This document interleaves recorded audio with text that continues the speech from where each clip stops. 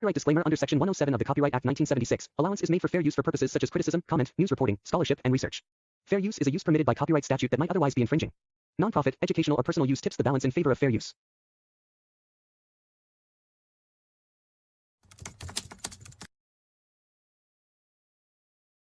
We are religiously diverse. We got guys and nerds. We got Nation of Islam. We got Nawabians. We got the Black Socialists. We got the Hebrews. You see, we got Christians. We got Sunni Muslims. Here's my thing. Diversity is not a problem. It should be embraced as a strength. We don't have to agree on everything. We just have to agree on certain things. Because no matter what you believe, we all know the police are a problem. We all know the schools are a problem. We all know that having hospitals are a problem. Let's unite around the purpose of building Black Wall Street in Flint, Michigan. And let's not get too caught up on the philosophical or the symbolic things that we have. You understand? Because there's certain people who ain't gonna grab RBG. There's certain people who ain't gonna grab the nation's flag. There's certain people who ain't gonna grab the Hebrew flag. There's certain people ain't gonna grab the Gaza or Nawapian flag. And that's okay. We don't have to agree on everything. We just have to agree on certain things. At the end of the day, somebody who is sincerely committed to African people, it don't matter what flag you fly, because we're going to unite anyway. It don't matter what flag he pledges allegiance to. If he's serious about solving our problems, me and him could work, even if the religion is different, even if the political ideology is different. Right. So for me, I would rather organize with a Bible-carrying, politically unconscious Christian who cares, before I organize with a bunch of fake woke Negroes on YouTube who don't want to do nothing but fight and argue. So let us find the right people. Find the right people. When I go looking for people to work with, I don't just look for Pan-Africanists. I look for anybody of any persuasion, of any creed, of any religion who wants to see Black people do better. That's my criteria. And with that being said, we Yes, sir. Sister Audrey Muhammad on here, Flint City activist, Flint City community leader. What more can I say? How you doing, sister? I'm doing wonderful, sir. How are you? School. I'm on the library board. Go ahead, tell me where you go to. Tell me all your credentials, sister. Go ahead. Yeah, I'm on the library board around here. We doing a lot of work around here. I'm a occupational therapist, been a therapist for 22 years and practicing every setting across the board, from nursing homes to the schools, to the home care, to the hospitals, outpatient, you name it, I've done it. What else have I done around here? Was out there in the beginning with the water, with the water crisis, helping to pass out water, finding the needs of the people of the community. That's what we do. Like I say, Nation of Islam, been there. I was born in the nation, came and joined myself in 1983. I've been in the nation, a registered member of the Nation of Islam for 40 years. Yep, for 40 years. I know my secret is I joined the nation when I was in kindergarten. No, I'm just kidding. Well, guess what? That's my disclaimer. Well, guess what? Yes, sir. What, sister? You just answered my first question. That was my first question. How long have you been a Muslim? Were you born a Muslim? How long you been in the Nation of Islam? So you just answered that about me answering. Yes, sir. My parents joined the nation and met. They both joined the nation in the late 1950s, mid to late 1950s, and so like we all was raised up in Islam. Me and my sisters and my siblings, and then with the fall in 75 or prior to 75, we stopped going for a while. Found our way back, and being a young adult, kind of had my turbulence a little bit. Now I won't tell anybody I didn't have turbulence like anybody else, but I've been here working hard and diligently for over 20 years now. So, and it's been that I was in here, but you know how, like I say, I'm being honest, I had some turbulence, but for 20 years, it's been consistent hard work and everything, and staying dedicated to the cause. So, yep. Yeah. Okay, so that's a way of life for you then, sister. You know what I mean? That's a way of life. Okay. Yes, sir. Yes, sir. Okay, so a lot of people's stories not like that, but that's genuine right there. Yes, sir. Okay, we just gonna get into the interview. Hey sister, I don't like I told you before. I had a few um Nation Islam brothers that I used to rock with when I was inside. But Hmm. do you do you study out of the Holy Quran? How does it go? Yep, we read and study out of the Holy Quran, but we also read and study the Bible because a lot of Okay, the scriptures kind of they correlate with one another. But one thing that we like to talk about is how can I talk to a person who doesn't practice Islam and be able to communicate with them, especially on a higher plane.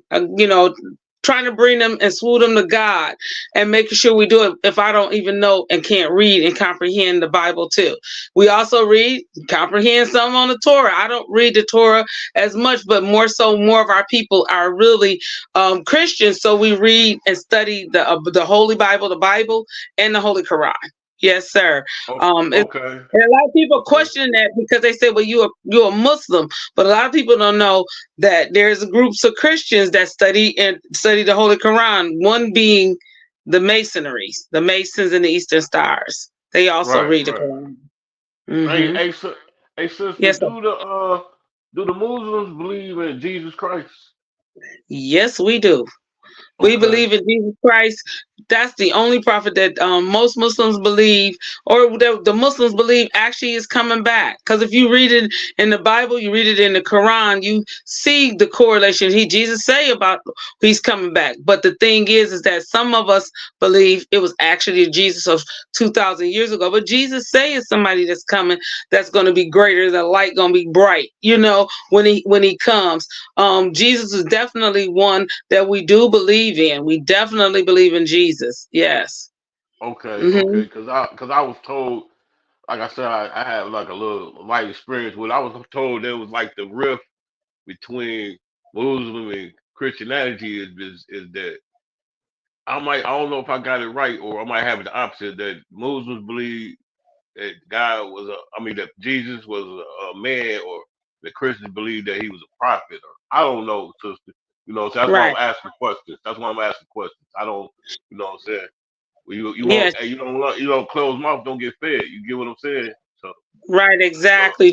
Jesus yeah, was a Jesus definitely was a prophet, but he definitely was a type of a prophet that was a seal of the prophets to the Jews.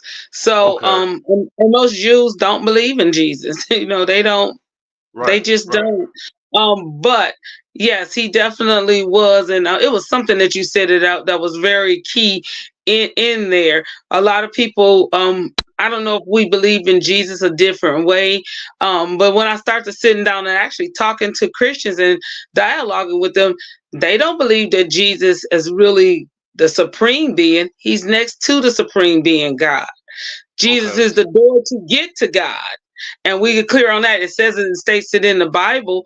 But many of the Christians, once I started talking, because I wanted to know, where was they line of belief, not for challenge, not for to say, hey, you're not right with it. Because who to say? I'm still studying. That's why I send people to that man right there, the Honorable Minister Louis Farrakhan, because he guides us and tell us and talk to us and help us to understand things that's not always as clear for us to understand. So yeah, but I asked them because I didn't know, and then we dialogue. We can talk about it in the Bible. I think in the Bible it says something that if you, to some extent, I don't want to put it in. I'll put it in my own words and my understanding. If you're not right, careful, the works that you see Jesus doing, the things that you see Jesus doing, if you're not careful, you will mistake him for the supreme being, for God. And I think okay, somewhere in there it says something similar to that. Not my exact words. I don't want to mess that up. I'm okay, I'm not the scholar, so I want people to okay, know that. But Jesus does say, if you find yourself maybe worshiping him because you okay, think it, because you seeing him resembling his Father God. His right, all of his works resemble who? God himself. So right. when you're looking at God, you're looking at Jesus. When you're looking at The, Jesus, the, you're looking at God because he's a reflection of God, direct reflection. right, Yeah. exactly. Reflect, exactly. Hey, sister, what, um, traditionally, what do Muslim women supposed to dress like? We cover up. We definitely Okay. cover up. Now, I've heard different things about the different dress. Now, the Muslims in the Nation of Islam, this is what we typically wear, which we call a holy headpiece. This holy headpiece, when it's taken off, it's got a straight edge almost across the top, just a little contour for right here in the front part of our forehead, but it's basically across and then it's round like a moon. So our headpiece represents the moon, but as you can see, a little pleat here, because I took it and pinned it in the back. And when I pin it in the back, it represents the star. And as you know, our flag is what? The sun, the moon, and the star. So when we wear this on our head, we call it a holy headpiece. But we also, as women, are permitted, like I work in healthcare, we permitted to wear a drape scarf where we kind of drape it and it's pinned close to the front because we're trying to cover our hair up as much as possible. But we also are permitted to wear tams. So a lot of times I'm in scrubs, working in a nursing home. I don't want this headpiece swinging or touching stuff that's going to get it nasty and contaminated. So if I wear a tam on my head with my hair in the back and a ponytail or in a bun in the back, then I'm wearing exactly what it is that we have permission to wear with the holy hair coverings. We wear our garments, we wear our tops covering our backside, pretty much going close to the knee. We wear pants that's long. We don't wear capris. We don't wear shorts. Of course, we don't wear the short skirts. We don't wear the sleeve. Our sleeves should cover at least our elbows. So we dress covered up pretty much. All the time is what we really should be doing. We're out in the back. We don't wear blue jeans. A lot of people think, okay, they wear jeans. No, if we're doing some hard manual labor, like in the garden or something like that in the yard, okay, it's permitted because that's hard manual labor. But for everyday attire, we don't wear blue jeans either. But many, we don't wear the jeans. It has to do with what it symbolizes. And a lot of us don't know. I know what it was. I was going to say when you were talking about the Bible and the Quran, a lot of times what it is, the reason why people think that we don't believe in Jesus is because we've been taught for so many years that the Muslims don't believe in Jesus. And that's a way of our oppressors keeping control of us and being able to have us fighting with one another because many of us don't know that we really believe the same thing pretty much, Exactly. I've been noticing that the last few years that you know what I'm saying? I've been noticing that. I ain't gonna lie to you, I've been noticing that. Sister, I was looking, I did a little research and so they refer to the Muslim women as Muslima, M-I, hold on, M-U-S-I, hold up, I'm sorry about that. M-U-S-L, Muslim, yeah, right there. Is that correct? Muslima, is that correct? Yeah, that's what they do. But in the Nation of Islam, we say MGT, GCC. And we shorten it by saying MGT, which stands for Muslim Girls Training and General Civilization Class. And the MGT, well, the reason why we call it that is because the MGT, we have classes. We have weekly classes. Like the brothers have weekly classes because we're constantly learning how to better ourselves. And in our weekly class, in our Muslim training, we learn how to keep house, cook, sew, take care of our children, rear our children, take care of our husbands, and in general, act at home and abroad. So a lot of times we'll say we learning the 7 units. Those 7 units is what we make sure we're working toward perfecting those units. Some of us do a little better in areas that other ones don't, but we're learning how to be I say work toward perfection. We're not perfect, but we're working toward that perfection. And anytime we find ourselves out of key, we try to work to get ourselves back in sync.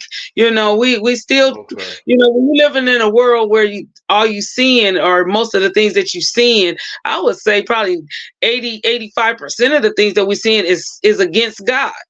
When we're working in the area there, it's hard for anyone to be perfect in an imperfect world, and it just ain't seen, but we strive hard to be that. So in our classes we learn a lot of different things. We learn how to do all of those things that I named, the cooking and the sewing and the take care of children. We had a class once, I'm just going to tell you this, and I say it real brief. We had a class once that was called How to Take Care of Your Husband. So I was like, well, I ain't going to class. I ain't got no husband, so I don't have to go to that class. Yes, ma'am, you do. Because we don't understand the direct connection between the women. We are a direct connection with God, and we are a part of that connection that a man needs when he's a husband. You can't, I'm gonna tell you right now, the only perfect marriages is those two who are in sync and working, striving hard to be in sync with God. If you're not striving hard to be in oneness with God, you're gonna have some turmoil, you're gonna have some friction, you're gonna have a lot more turmoil and friction. We taught marriages as half of your faith. Because if you can make it through marriages with the differences, you growed up in different households, but you learning how to blend into being one, how can we as a community talk about being one when we ain't trying to be in oneness in our own households? We can't. If anybody talk about trying to be in oneness in the community and ain't striving to be in oneness in their own household, I don't know where they got that from. That can't even be possible. That's not even humanly possible. And it's an understanding that takes time. It takes time. It doesn't happen overnight. It just doesn't. And it's trial and error. You figure it out as you go along, and you start to learning, and you start to reading and studying. It's a beautiful experience. I'll tell anybody that. Because being one, like I say, I have my turbulence, and that's what I'll call it, because it was a time where I never stopped believing, but I wasn't active. That's the turbulence that I'm talking about. So it was things that I was doing that may not have been in alignment. However, striving to be more in alignment, doors open up, opportunities open up. Just the mind itself gets clear. It's a beautiful experience. It really is. Yep.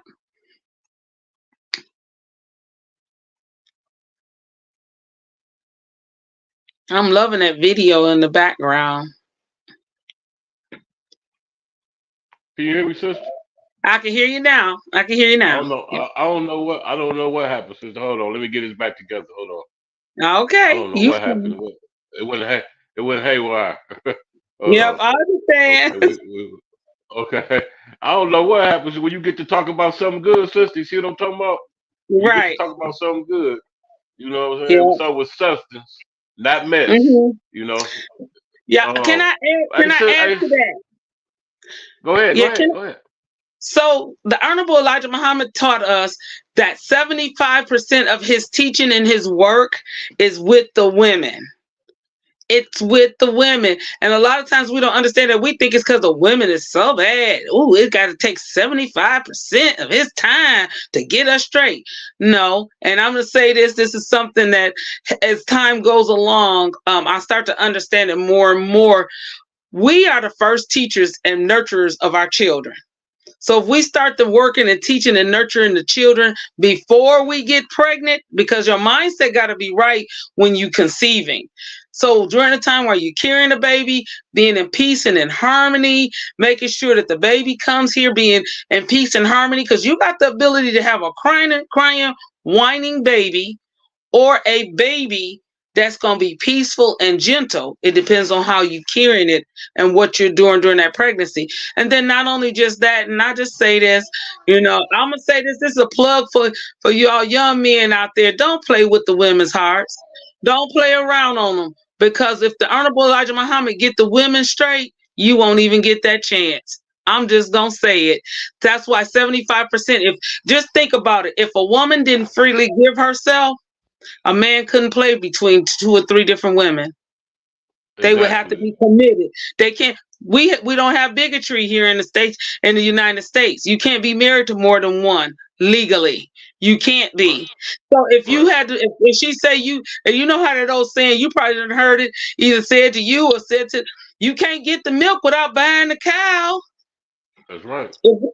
But if the women actually took that into heart and really did that, it wouldn't be any infidelity. It wouldn't be any of that other stuff. We would learn how to master and control our urges and we would learn how to do all of that. So that 75% of the teachings being for the woman, just think, if your lady don't cook right, and she cooks some spoiled food, everybody in the house getting sick. Right. She has the ability in that kitchen to make that kitchen be a medicine cabinet, meaning it's providing good health, or she can make it be the bad medicine cabinet and kill everybody in the house. She has exactly. That falls in that 75% of the teachings that we give to the women. It's so important. And then making sure, one thing we have to do is learn how to mate. So if we got children, that the woman, she don't have to be, I mean, nowadays, I'm just going to say it in our modern day, because a lot of times we have children and it's not because, and we're not in wedlock. But even in wedlock, if the mama mad at the daddy, them babies gonna feel that energy. They might end up being mad at daddy too, because mama mad. It ain't because daddy did anything to the children, but because mama not happy. So if the mama could keep her mind to where she could keep her children happy, she can keep her children happy and loving on their father because of the love that she will have also for him. But she gonna love a man. She gonna love a man that love God. If you ain't loving God, because that's who she's gravitating toward, and she gonna see the God in you. So, all right, that's all I gotta say on that. I'm sorry. Hey, you good? Yep. Hey, sister, I want to play one of my favorite clips from the minister right quick. Hold on. Okay, sure. We all not gonna be together. This ain't no damn unity party with punks. This ain't no unity party with people who don't want the true liberation of black people. This ain't no unity party with betrayers and snitchers and hypocrites and weak-minded, weak-blooded, spineless black people. This ain't that kind of party. So you take your raggedy ass on home. But those who want liberation,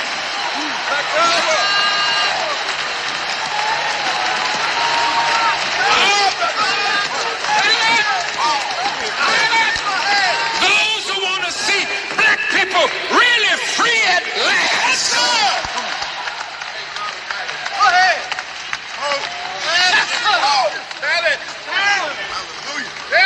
You walk away from these punctified Negroes.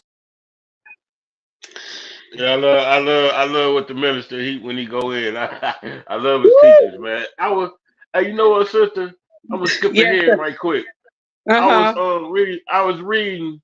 Okay, when I had looked the minister up, because I wanted to do my research. I told you I was gonna do my research, and they got the minister listed saying he's hold on. I want to say it right. Hold on, let me pull it up. Denounced. Okay. The word denounce means wrong or evil. How could you even say that man is wrong or evil, man? You know what I mean? He to me, everything I say, he's a righteous man. Why would you even put that tag on him? When you Google him, it says he's been denounced. So now I'm like, what is denounce? So I look up denounce, and denounce means wrong or evil, man. That's what I be saying, how they pit us against each other. You know what I mean? Yes. Why would they call that man, that great man, denounce? You know what I'm saying? That's bull. That's and he just exudes love always, all the time. But you have to look at who the author of saying that. How is it benefiting them by saying that? When you start to thinking, if I don't like you, it's easier for me to say something bad about you to get other people not to like you too. Why would I tell them that you're a great person that you just want to pass $100 to everybody in the community? Because now I want to make sure people say, that man is bad. I got people who tell me often, well, don't he do this? Don't he do that? I said, where did you hear that from? See, I already know it when they saying it to me. I already done heard it, because everything that's being said bad about him, he makes sure that we know what it is that's being said about him. Because how am I going to be able to defend it if I don't know what is being said and be able to have up a defense for it? Most of the time, I say, let me send you to this lecture by the Honorable Minister Louis Farrakhan. You listen and hear it for yourself. You tell me where in that speech he gave any hate. They can't point it out. That's what I be saying, sister. That like goes in everyday life too. Like, how can you not like somebody that you don't know? I'm gonna not like somebody because for example, sister, you don't like this person. That's not right, because I gotta give them their fair chance. because sister said he wasn't right, I gotta see myself. I mean, Right, I exactly. would believe you, or I would take heed from you. But as far as if I'm not gonna like this person, they gotta actually do something to me personally. So, You get what I'm saying? right, right. And You know what I'm saying? you read it in the Bible. It tell you So, against that. yeah, that's that Flint. I call it the Flint Me Too syndrome. You know what I mean? Because I know it's a bunch of people, sister, that don't like me. They don't even know me. You know what I mean? They They don't know even of know me. you. They know of me. They don't even know me. They ain't even never breathed the plain air I breathe. Right, You know what I'm saying? exactly. But I think that's the most weakest trait in the world is to not like someone and you don't even know 'em. You know what I mean? You know, You it's know what I'm so saying? crazy you say that, but in the Bible, don't it tell us how can you hate your brother that you see? How do you love God that you don't have never seen, and hate your brother that you see every day? How Yeah, can yeah. you? You got a How, point how, there. how can you? You don't. You know. I mean, we know God is real because we done experienced what God has given us. But do we really know that he's, what is his tangibility? Is he tangible? Is he something that you can touch? Is it something that you can feel? Many people say, I feel a spirit. But if he was a spirit, why didn't he come to us? Why didn't he go and save spirits? Because if he said, if you, he let you know, he come to you because who you are. He gonna come the same as you. I mean, Hey, we read it all the time, and that's interesting. That's why I say listen to if anybody listen to this lecture this weekend, go back and listen to past Savior's Day because it's the birth anniversary of Master Fard Muhammad, who is the one who brought the teachings and taught the Honorable Elijah Muhammad. He's the one in the 1930s who made himself known. He had been here back and forth into the United States before that, but he made himself known in 1930, and he taught the Honorable and, Elijah Muhammad. who was that, sister? Who was that? Who was Master, that you talking about? Master Fard Muhammad, that's the Savior. That is Okay, our Savior. His okay, birth anniversary is February the 26th, which is Monday. But because of our work okay. schedule, we're celebrating it all weekend long. And then guess what? Right. Monday, I'll be celebrating it at home with my family. I will be Hey, sis. celebrating 7th in. Hey, Yes. hey, sister. When do actually do the nation have services? I know when I was locked inside, it was on Fridays. When is Yep. the actual services for the nation? On So Fridays?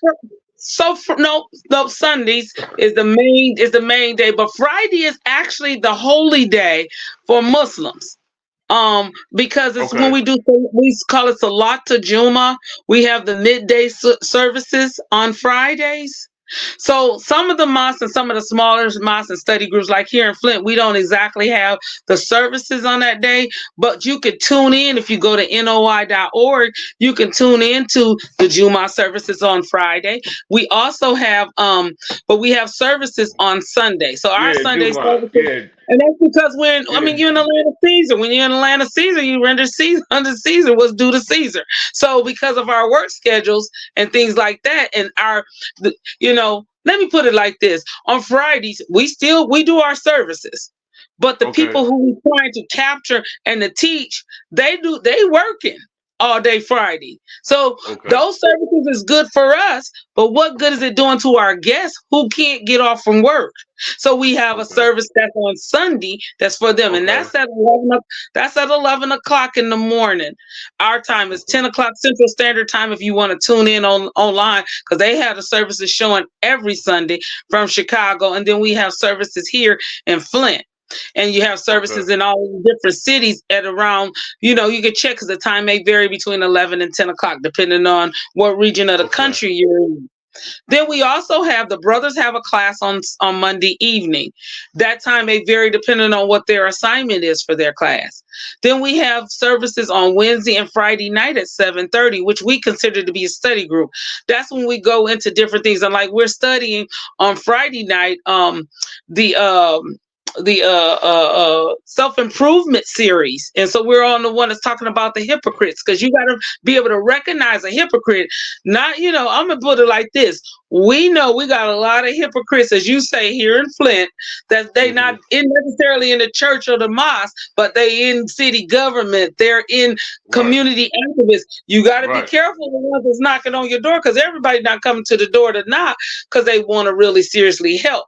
So we have those services where we start to breaking down different things in the mosque from 7:30 to 9 on Wednesday and Friday night. Then Saturday morning at 9 o'clock. And right now we're traveling to Detroit every Saturday for class, but we do classes down there. And our new people who come in through like an orientation, so they can decide if this is the next step that they really want to do in life. So we don't force it on you. We try to give people a chance and opportunity, but we want to make sure we introduce you to what it is our way of life is. And that's done through that orientation class. You get a chance to ask questions. We have sisters who kind of, they see you through a process. So it's really a great experience. I actually have read the whole orientation manual, which sometimes, like I say, I've been in here for a while. I have to go back and review so I can remember to make sure I'm doing what the basics are and what's right. But yeah, so that's when we pretty much have our meetings and stuff. But Friday is the main, is the Muslims' holy day. That is our holy day. All right. Yeah. Hey, sis, I want to say something real quick. I want to start with my brother, Dre All Day. Y'all know him as Dre All Day. That's my sandbox guy. We grew up in Amy Jo projects together. That's my guy. That's my guy. Look, that's my when I tell you sandbox, we play it on the sandbox. That's my guy. Got you. Yes. He a good nation, brother. And and I met what I keep saying inside when I was in prison. I met this guy. Good brother, man, for the nation. Changed my life. Named Joseph X, man. He rest in peace. Great brother, man. We used to work out together. He not only did he help my body, he helped my mind. He gave me some great teachings, man. And, I just want to shout them two out. Personally, brothers that I know, you know what I mean, from the nation. They people always want to give the nation a bad rap or all that, man. It's some great, good brothers, genuine brothers and sisters in the nation. I just want to say that. You know, it is. You know, it is. And sister, what does Savior Day mean to you? What does it to you? You know. Oh my goodness. So I'm hearing. I know we're sold out. 16,000 people plus we're expecting for Savior's Day. It's one of the greatest celebrations. I look forward to it. I'm talking about literally the day when the services and the convention is over. Many of us are starting to think and plan already for the next year, which will happen every year in February. It's always usually the last weekend in February. We call it the crowning event of Black History Month. And I look forward to it. You know, that's the time of year that we come together. We have all of the vending. We have plenary sessions where we learn how to go home and do things that's going to help us better in our community. We also always hearing that dynamic lecture on that Sunday. I think it's only been maybe once or twice that the Honorable Minister Louis Farrakhan did not give the lecture. It was Brother Ishmael that helped deliver for him. It was because of health reasons. But he gave it, and he gave what the minister wanted him to give. You know, it just always is such a beautiful experience. You see the title this year. You see, I mean, who want to miss out on knowing what the minister have to say about the war in the Middle East? Everybody is wondering, where is this war going? But the Honorable Minister Louis Farrakhan told us last year that the war of Armageddon had already begun. He didn't say it was about to begin. He said it has begun, meaning that we're already in the midst of the war of Armageddon. But some of us are so desensitized, we don't know what it looked like. I sat there and I heard Brother Student Minister Troyer from Detroit. I went to services in Detroit last Sunday, and he was giving his lecture on Jesus. He said, if you read the Bible, 25% of what they talk about Jesus is actually historical. It's true. It's factual as what happened. But 75% of it is allegorical, meaning that it has a prophecy, it has a prophetic meaning, it has some other kind of meaning that's into it. Like we, what do we call it? You said it has some kind of a meaning. It has just a meaning. It's like a metaphor or something we call it. But anyhow, really, and actually we're taught that, and that's the truth. That's what's in the Bible. But most of us are taught that 75% of the Bible is historical and only 25% of it is prophecy. And as Brother Student Mr. Ted pointed out that day, he said that's how Jesus can be walking in our midst and we won't recognize him because we don't believe that he's coming to us right now. We believe he was only back then, 2,000 years ago. And when he comes back, he's only coming back on Rapture Day. But many of us don't know we're living in the rapture right now. Look at all the illnesses and the sicknesses and things that's out here. You think those things, I mean, the violence, look at everything that's happening. I lost a relative, to gun violence this week. Right. I mean, yeah. So, I mean, those are all part of the raptures. Everybody is not going to make it. It depends on how we're living our life and what we're doing. Are you eating to live? Those great books that's given to us by the Honorable Elijah Muhammad that he wrote, telling us food we couldn't eat. I'm going to be honest with you. It's some of the food that's in there we can't eat. I was eating it. I ain't know. And then I found out, because we're studying that in our class, I ain't supposed to be eating that. Many people don't know kale is really not good for you. They don't know that. Kale is not good for you. Oh, wow. See what I mean? We don't know. We ignorant to something. We don't know. You know what else? You know what else I found out wasn't good for us to eat? Romaine lettuce. Romaine lettuce. And you got to remember, we're dealing with people who are not necessarily pro-life. And they'll tell us iceberg lettuce don't have no nutritional value. Eat the romaine lettuce. Romaine lettuce has in it the same thing. What is it? Trypta, whatever they call it. That stuff that's in the turkey. Remember how on Thanksgiving Day you eat turkey and then you want to fall asleep? Yeah. We call it. We call it them other name. We call it that other name. We call it the itis. We call it the itis. Yeah. Right. Yeah. Well, guess what? The same stuff, and that's a drug. It's a sedative drug. It's also in romaine lettuce. Look it up. And it has the kale. It has to do with the way that it's digested. It does have good nutritional value, but if it's tearing up your stomach while you're eating it, it's not good. They tell us to eat peanuts and nuts because it gives you all this energy.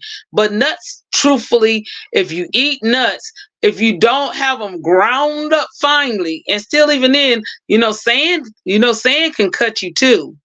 It's just a matter of, and it's fine too. Peanuts is the same exact way. So when we eating peanut butter, we don't realize that we taking these things in, and it finally cuts up your intestines. Okay. At first I was just like, okay, we ain't supposed to eat peanut butter, but I didn't know that's as a child. I mean, I didn't eat peanut butter. And then after I got older, like I said, we had kind of moved away from the nation, and we never went back to eating pork, but we started eating some of the other stuff, and I was eating peanut butter, and I'm thinking like, what's wrong with eating peanut butter? It gives you energy. Yeah, but it cuts up your intestines too, and a lot of us don't know that. It also releases a hormone or an oil or something, a nutrition that messes with the thyroid gland, and people didn't know that either. Okay. Yeah, so it's quite a few different things. I gotta give you a How to Eat to Live book. I gotta get. Okay. I'm gonna order that when I come back from Savior's Day. I promise I'm gonna have you How to Eat to Live book 1 and book 2 for you. Okay, sister. Hey, sister. This man on the screen right here. I already know how you feel about the minister. All right, with that it goes. There's no secret how you feel about the minister.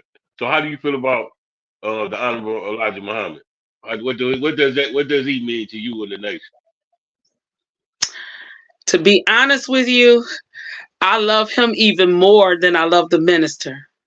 And I tell you why. Because he's the teacher. He's the one who taught the minister. I would say, if I say I loved him more than the minister, I would say it would be probably a degree more. So you got a whole circle of 360 degrees, just a degree more, because I know what he means to us, and I know what he means to the Honorable Minister Louis Farrakhan. So that's the only reason why I would say that I know what the job he had. You know, you talk about a man who only had a 3rd grade education. People didn't know that. So if you listen to some of his speaking, a lot of times people say he don't speak grammatically correct. He don't know how to talk, and that pisses me off when I see people make fun and mockery of folks on social media. Hey sister, Yes, that's sir. me. That's me all day long. I got 2 degrees, and they say I talk like I'm from the country. I mispronounce words and all. So I feel everything you saying on that. I feel you on that one. That is so horrible to say that, or to make mockery of someone because they don't speak like you, they don't look like you think they should look. That's not good. And I've been hearing it probably even more so lately. You know, we talk about some of the things. Now, I have said some things about something might not be right there because of the way they say things. But me as an occupational therapist, and I worked with special education, and I worked with children in the schools, I almost can picture or pick out even an adult who probably had some difficulties coming through school in order to get to where they're at. They probably graduated with a low reading level. But I'm not saying it to make mockery of them. I'm like, because it's a couple of people. I'm like, can y'all even understand what they're saying? It's like they're mumbling. Like they probably was smart in school and they missed out on getting speech therapy because they was able to mask it and make it through. You know, I have a daughter that have pica, what they call pica. She eats inedible objects. Things like she chewed on erasers and stuff like that. And she was doing that in like kindergarten. And I told them I had a concern for her chewing her hair. They said, well, she's passing classes. A lot of people have a speech impediment. You know what I mean? Yeah. And that could be it too. So, like you say, that ain't cool making fun of how somebody sound. You know what I mean? But I'm gonna throw a wrench in it on that. I'm gonna throw one in here on you on that. We probably can't having a difficult time speaking the language because it ain't our native language. Yeah, hey, you got a point there. Hey, I'm just saying. We speak in a language that they consider to be a bastard language because it's made up of so many different languages. And there's so many words you could pronounce different ways, and the same spelling for the same word, they mean different things. They totally different, you know, like desert, and dessert. Like really. We got like 15 minutes left. So I want to. Okay, go ahead. I'm gonna let you ask some questions. Give me one. I want to speed. No, we finna switch. Nah, we finna talk about. We finna talk about a little of this Flint politics a little bit, because I want you to run for city council. That's another story though. I just put it out there. I'm just put it out there. Okay, we're gonna talk a little Flint politics. You tell me, don't no holds barred. Give me your truth, fellas, about our current city council. But listen, I want to do it collectively, right? So I'm gonna say a name, and you got to tell me. Don't you know what I'm saying? In a few words, we ain't gonna draw it out long. Just give me Charles Winfrey. I need you to save me. He can't save you today. Okay. Oh, Eric Mays. Now you know I'm down with Eric Mays all day long. I love me some Councilman Eric Mays all day long. My heart goes out to him. I love him. Yeah, well, hurry back, E-Mays. We miss you, brother. We miss you. Yeah. Dennis Pfeiffer. I like Dennis Pfeiffer. I think he holds back a lot. I think he's sitting in reservation a lot of times, not knowing exactly how to say things or wanting to make sure that he's politically correct. I'll put it like that. But he's found his way of comfortability, and I think he'll be okay. You hear me? I'm here. Who you said? I didn't say nothing yet. I was piggybacking off what you just said. I like Dennis too. He all right, but I ain't gonna lie to you. I only like the last 6 months, Dennis. Yes, yes. I'm gonna keep I'm gonna keep it 100. Yeah, hey, look, Yes. I'm gonna keep it 100. I only like the 6 month Dennis. That's what I like. You know what I'm saying? You know what was my classic? I'm just gonna say it, and you're gonna probably say, "Oh Lord." You know what? I love this. I have love for all of them, and I hope and pray they do better. They could do better. But you know what was classic with me with Dennis Pfeiffer? What's that? I just have to say it. Was he said, "I just want to play something for you," and he played that video of Janky. I was like, I am done. I was on the floor. That was enough for me, and I'll just leave it like that. He played the Janky video. Okay. Candace Mouchette. You know, I like Candace. I'm disappointed in her decisions and the way she's handling some things. I asked her from the very beginning, Candace, we're going to look for you to do the right thing. The right thing don't mean it's just because what I want you to do, but do the right thing. Treat people honestly and fairly. I hope and pray that she learned a lesson from weaponizing the police on Arnett and to come up on Miss Jan Marie Armour, and it ended up could have been potentially really bad with Mr. R.L. Mitchell. I'm hoping and praying that she learned a valuable lesson from that and never do that again. I like Candace, especially as a person. I do. I like her. Yeah, but I'm disappointed. I'm disappointed in how she's going. Okay. Quincy Murphy. Now Quincy, I like Quincy. He could do a whole lot better. I say it like that because, see, Quincy, I knew Quincy before coming to the council.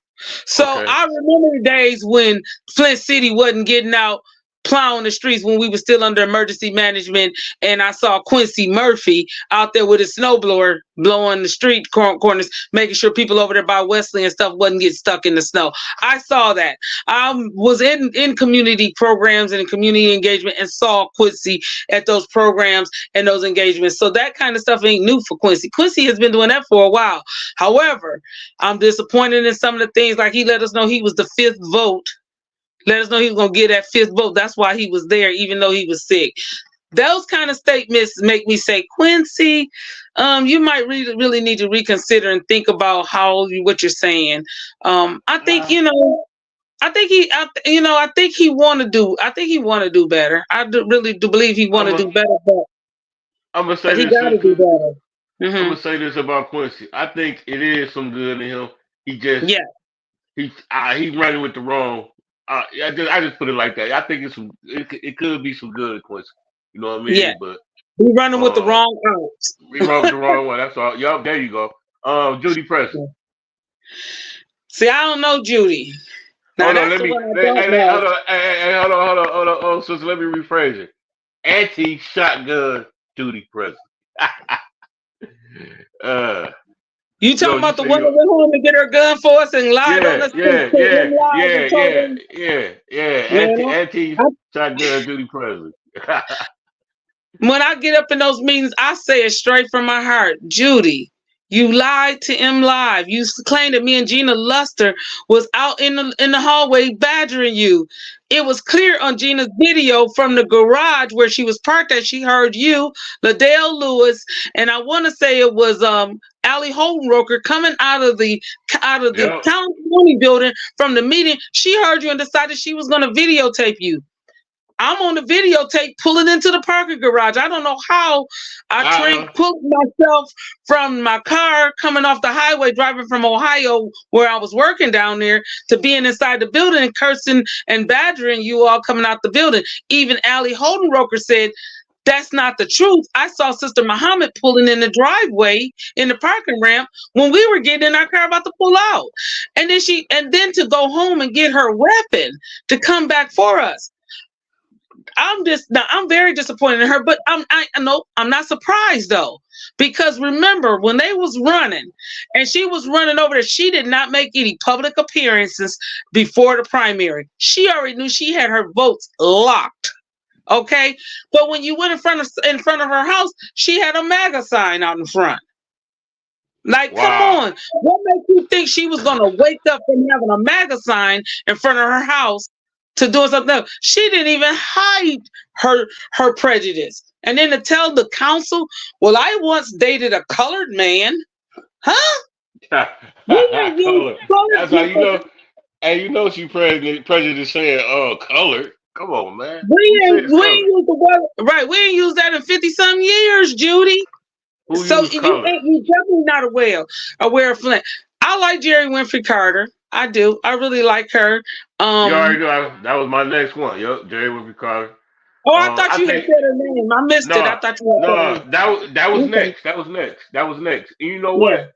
Out of all 9, I mean, it ain't no secret. E Mays, that's my man in the 50 grand. That's my guy.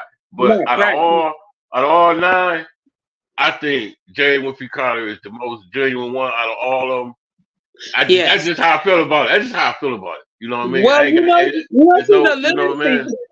you know, she teach literacy. So a lot of things that she can read and understand and comprehend. A lot of them things that I can honestly say more than 50% of the council cannot read and comprehend. Hey, listen, listen, that's my girl. Look, Jerry done called me a lot of times, told me to tell me to write, to chill out. You know what I mean? Yeah, and I listen to her too, just like you do. Yeah. You know what I mean?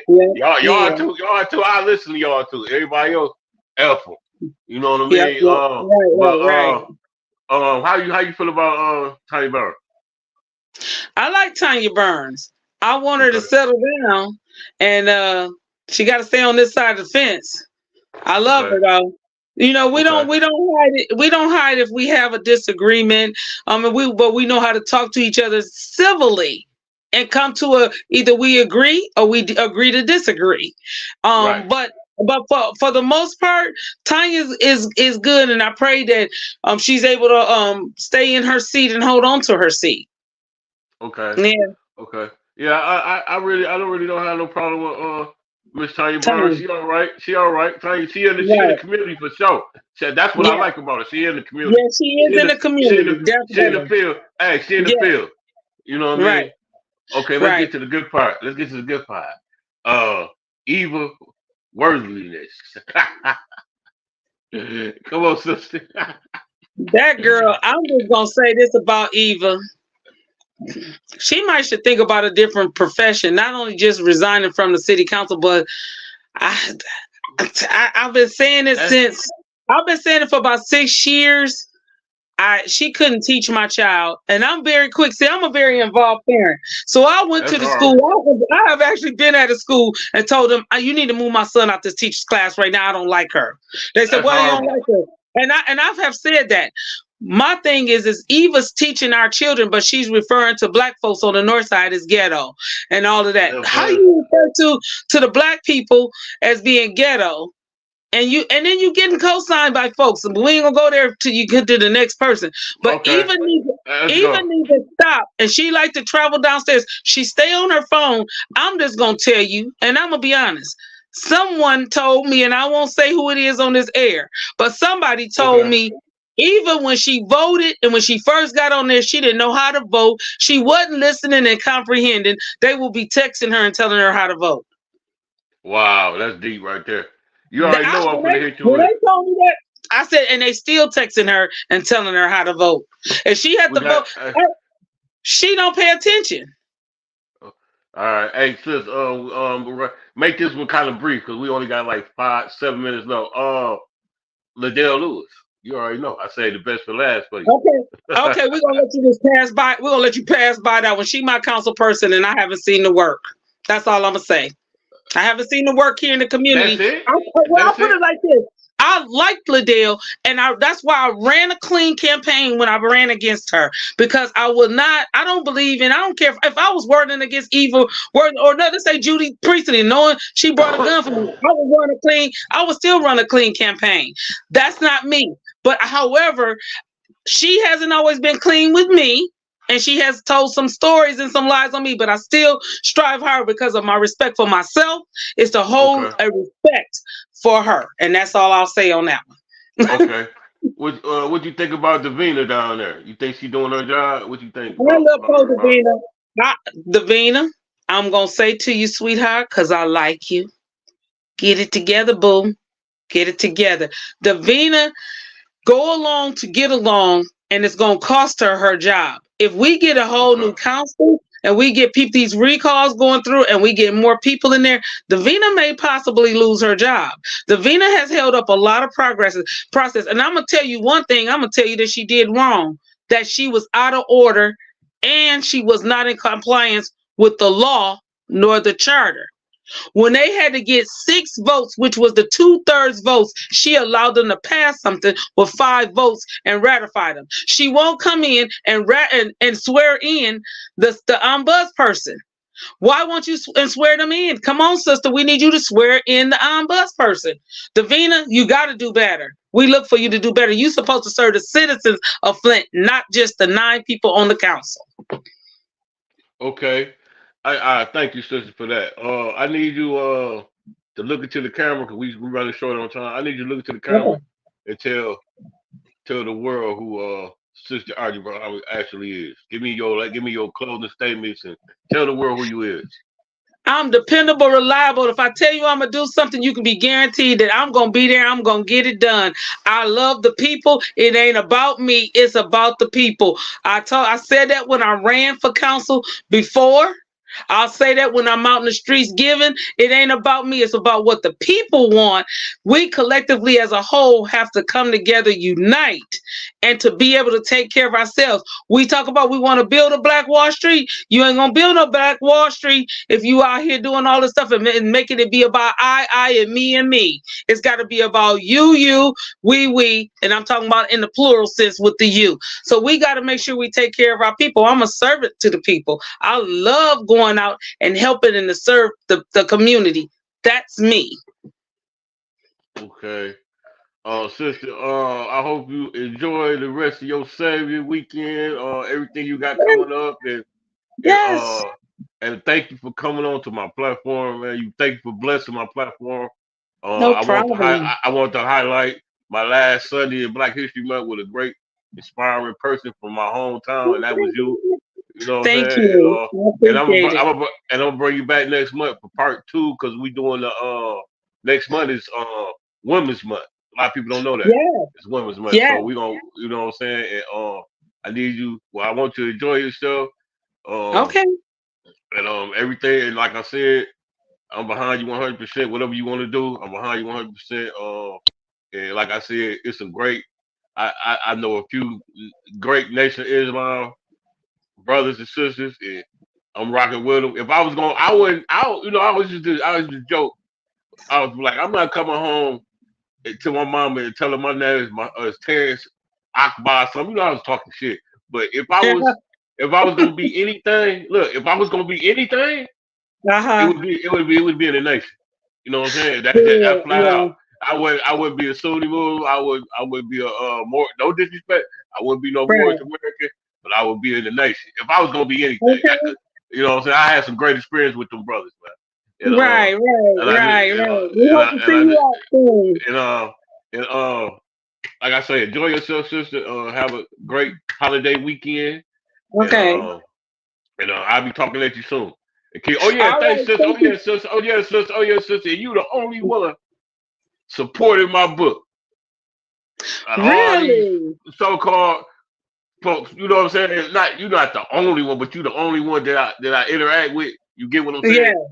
On a daily basis, they supported my book, and I want to tell you this on air, and thank you. And there's another thing I gotta say. I ain't got nothing. We running short on time. We might go off in the middle, but listen, I ain't got nothing against nobody. 2024, 2023 is left where it's at. I ain't got nothing against nobody, right. And I mean against nobody. It is what it is. And let's move on. And that's what it is. That's what I had to announce. I ain't got no malice in my heart against nobody. And I mean that. And shout out to Trevor, man. Get well, Trevor. You know what I'm saying? Yeah. You know yes, well, Trevor. All right. I'm out of here, sister. Peace. Okay, take care, please. Mm-hmm. All right.